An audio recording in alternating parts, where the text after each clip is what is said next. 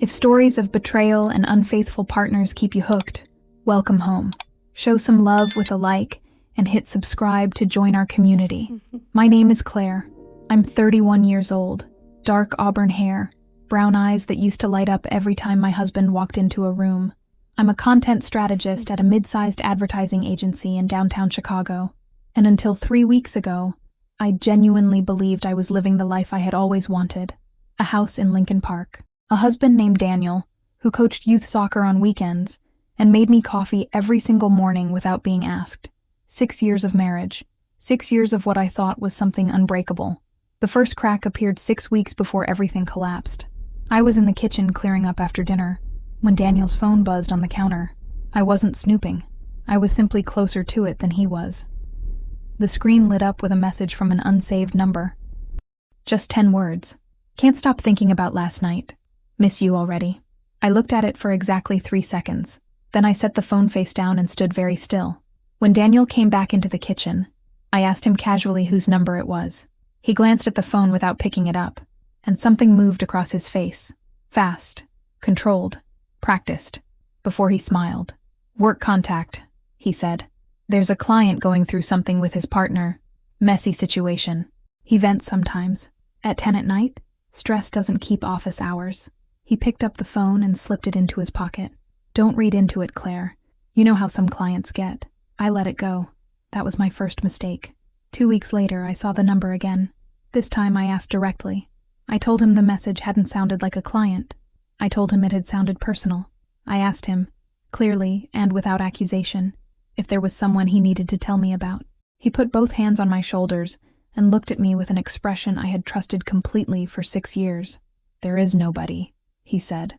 I don't even know that number, honestly. Probably a wrong number that keeps coming through. I should just block it. I believed him. That was my second mistake. 3 weeks after that, on a Thursday evening in October, my colleague Megan convinced me to try a new Mediterranean restaurant near Millennium Park called Ivory and Thyme. Daniel had texted that afternoon to say he had a dinner meeting with his regional director. Don't wait up. The restaurant was warm and candlelit. Megan and I ordered wine, and I felt myself relaxing for the first time in weeks. I was laughing at something she said when my eyes drifted across the room the way they do when you're not looking for anything in particular. And then I stopped laughing. Daniel was sitting at a corner table by the window. He was wearing the charcoal blazer I'd given him for his birthday, the one he'd been saving for special occasions. Across from him was a woman in a deep green dress, leaning toward him with the ease of someone completely comfortable in his company. As I watched, he reached over and tucked a strand of her hair behind her ear. My wine glass stopped halfway to my mouth. The unsaved number. The 10 words. Miss you already. I finally understood what I had been looking at. I told myself to breathe.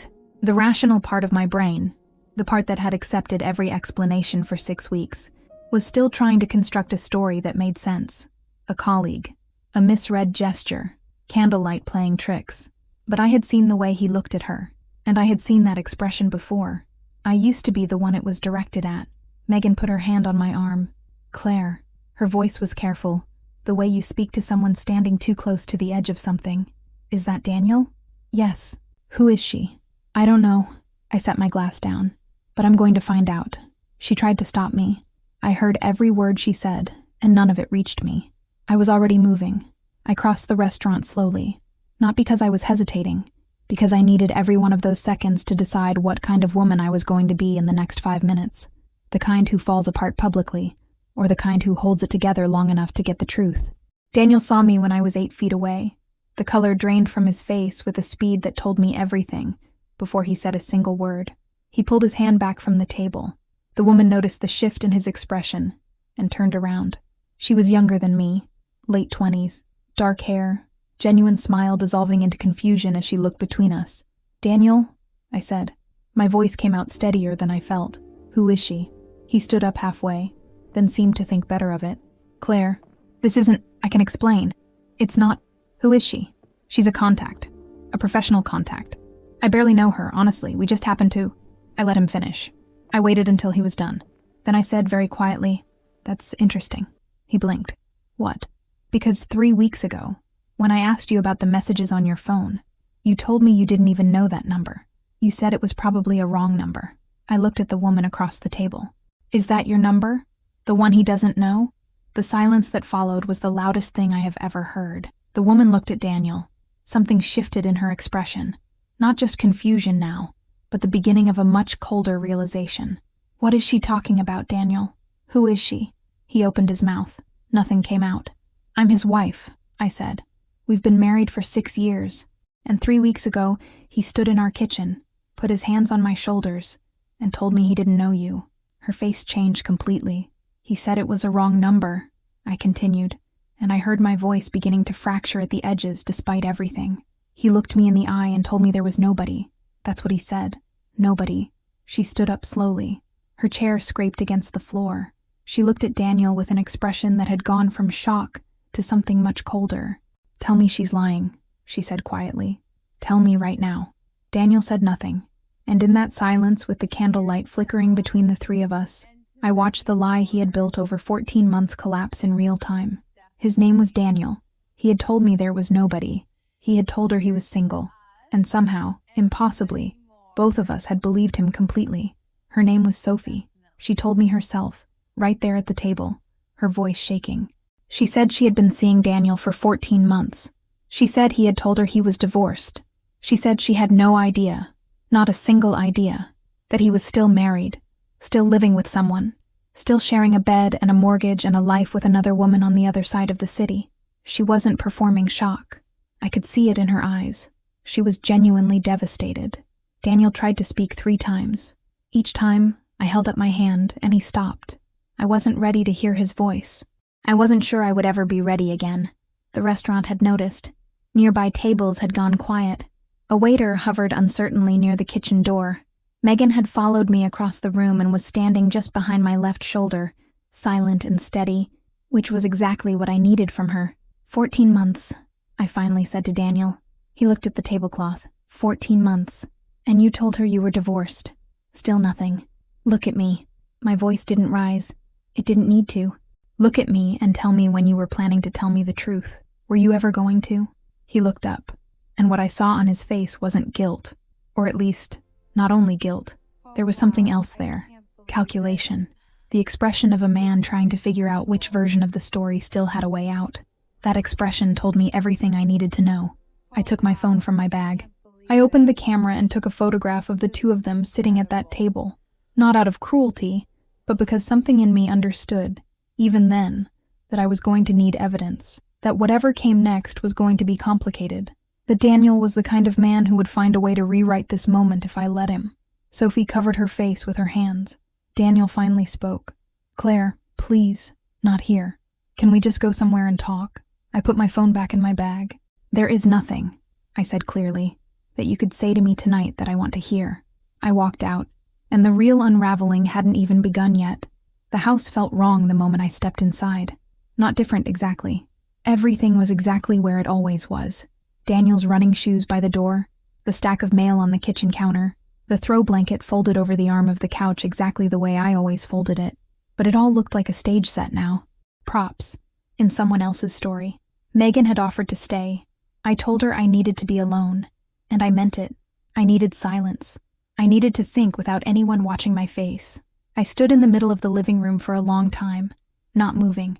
Then I went to his office. Daniel had always kept it locked.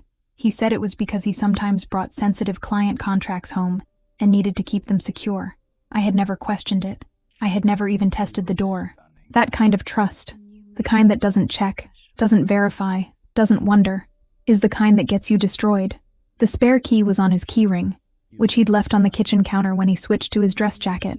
He hadn't thought about that. He hadn't needed to think about it before, because I had never looked. The office was neat, organized. A desk, a filing cabinet, a laptop, shelves of industry books. Normal, professional, unremarkable, until I opened the filing cabinet. The bottom drawer was where he kept older documents, tax returns, insurance records, but pushed to the very back, behind a manila folder labeled Miscellaneous 2221, was something that had no business being there. A second phone, prepaid, fully charged. I turned it on. No password. Either he was careless or he never imagined I'd be standing in this room tonight. The messages were all with one contact saved simply as S. I didn't read all of them. I didn't need to. I read enough to understand that what Daniel had with Sophie was not casual. It was not a mistake that spiraled. It was deliberate, sustained, and carefully managed. There were conversations about their future, about a timeline, about what he was waiting for the right moment to do. I set the phone down on his desk. My hands were completely steady. That frightened me more than anything else. I should have stopped there, taken the phone, called a lawyer, gone to bed. Instead, I kept looking. There is something that happens to you in the middle of a betrayal, a kind of cold, focused clarity that overrides exhaustion and grief and replaces them with a single drive. Know everything. Don't stop. Don't look away. Because the worst thing you can imagine is finding out later that there was more, and that you had the chance to see it and you flinched. I didn't flinch. Behind the second phone was a small accordion folder I had never seen before. Inside were bank statements, not from our joint account, but from a personal account opened 4 years ago, 8 months after our wedding. The balance made my breath catch, not because it was enormous, but because of where the money had been going. Regular transfers, monthly, always the same amount, $2,400, to an account I didn't recognize, for 4 years without interruption. I photographed every page, then I opened his laptop. He used the same password he always had. The street we'd lived on before we bought the house. He hadn't changed it. Maybe he thought I didn't know it. Maybe he had simply stopped worrying about me entirely. His email was open. I wasn't looking for what I found next. I was searching for anything connected to that bank account, trying to match a name to the transfers. Instead, I found a thread from 8 months ago with a subject line that read, moving forward, timeline. The sender wasn't Sophie. It was a name I recognized immediately. A name that made the floor feel unstable beneath me. Someone I had met. Someone who had sat at my dinner table. Someone Daniel had introduced as an old college friend. Someone I had cooked for, laughed with, trusted by extension because I trusted him. I read the email twice to make sure I was understanding it correctly. Then I sat down on the floor of his office, in the dark, and I stayed there for a long time. Because what I had just found changed everything. This was no longer just a story about a husband and a secret girlfriend. This was something else entirely.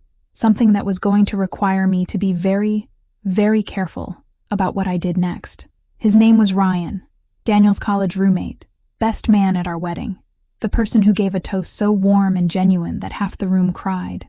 Ryan, who called Daniel every few weeks just to check in, who came to our house for Thanksgiving 2 years ago and helped me wash dishes afterward while Daniel watched football in the other room. Ryan, who had apparently been helping Daniel plan his exit from our marriage for the better part of a year.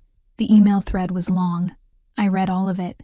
My eyes moved across every line with the same cold precision I had used on the bank statements, the same deliberate refusal to stop before I had the full picture. The earliest message was from Ryan. You need to decide on a timeline, Dan. You can't keep running 2 situations indefinitely. Something's going to break. Daniel's reply. I know. I'm working on it. I just need everything in place before I make a move. The house is the complicated part. Ryan again.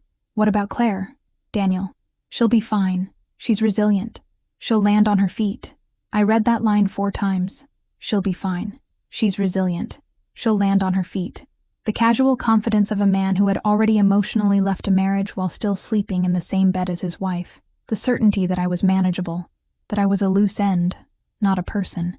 There were 11 more exchanges after that. They discussed finances, logistics, timing. At one point, Ryan asked if Daniel had spoken to a lawyer yet. Daniel said he had a consultation scheduled but hadn't filed anything. Ryan advised him to move money before any legal proceedings began. I photographed the entire thread. Then I sat with what I knew. Daniel was not a man who had fallen into an affair and lost his way.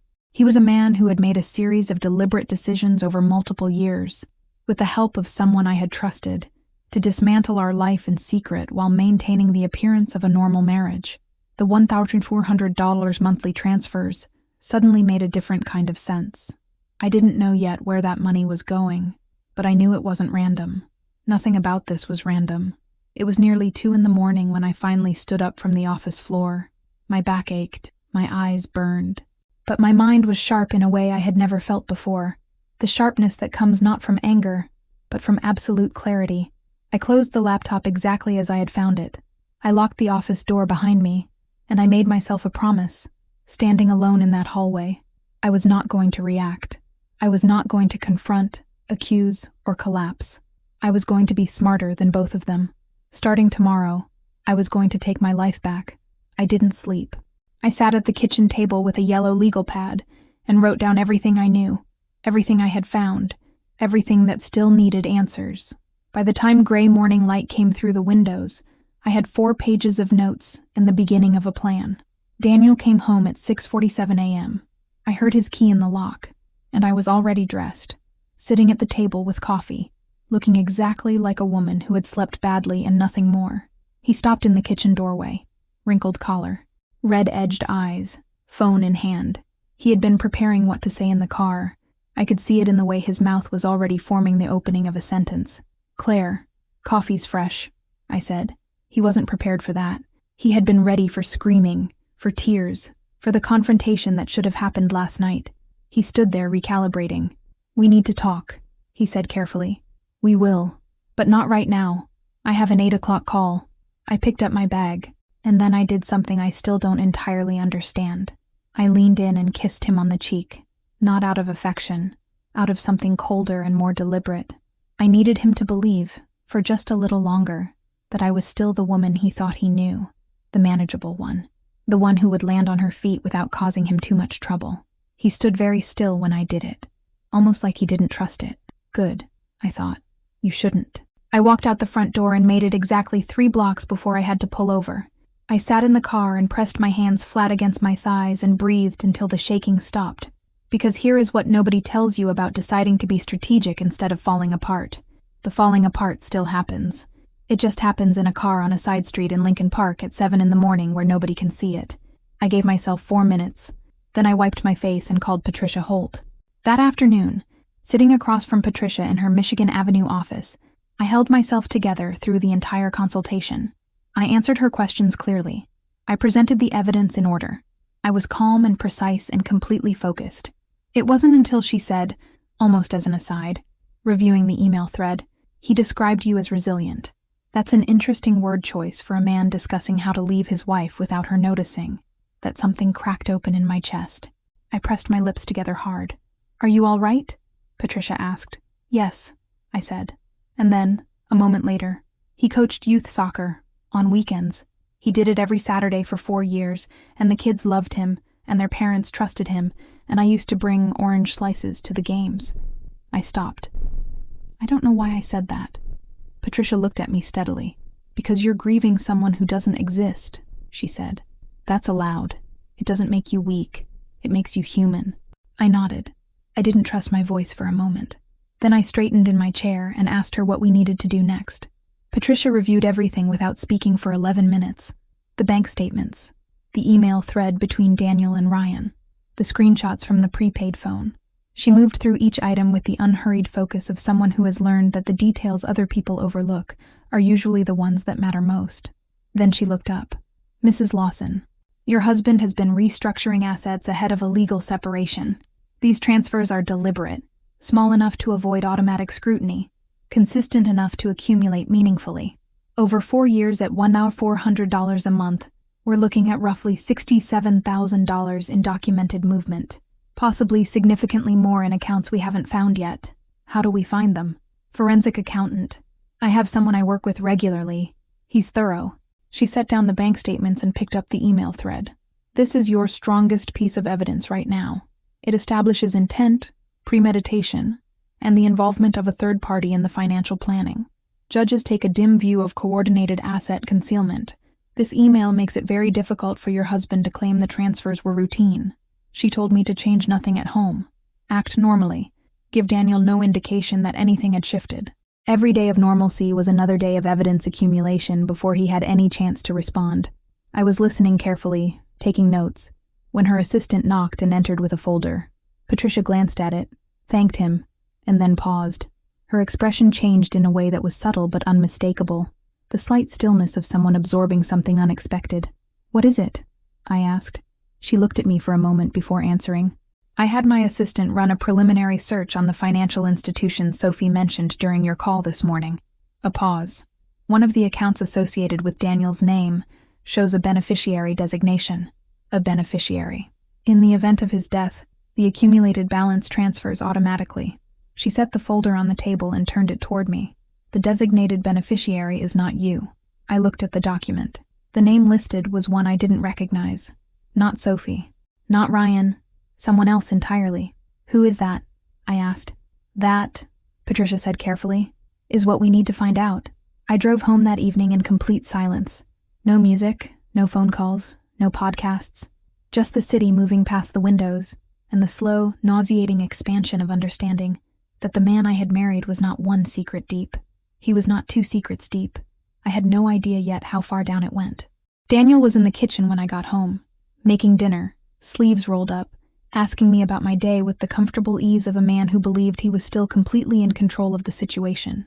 I sat down at the table and told him about a difficult client at work. He laughed sympathetically and handed me a glass of wine. I took it. I thanked him. And I thought about that beneficiary name on Patricia's document, that stranger who was set to inherit money my husband had hidden from me, and I smiled at him across the kitchen the way I had learned to smile over the past several weeks. Warmly, naturally, giving absolutely nothing away. Nearly ready, Patricia had said. Not yet, but close.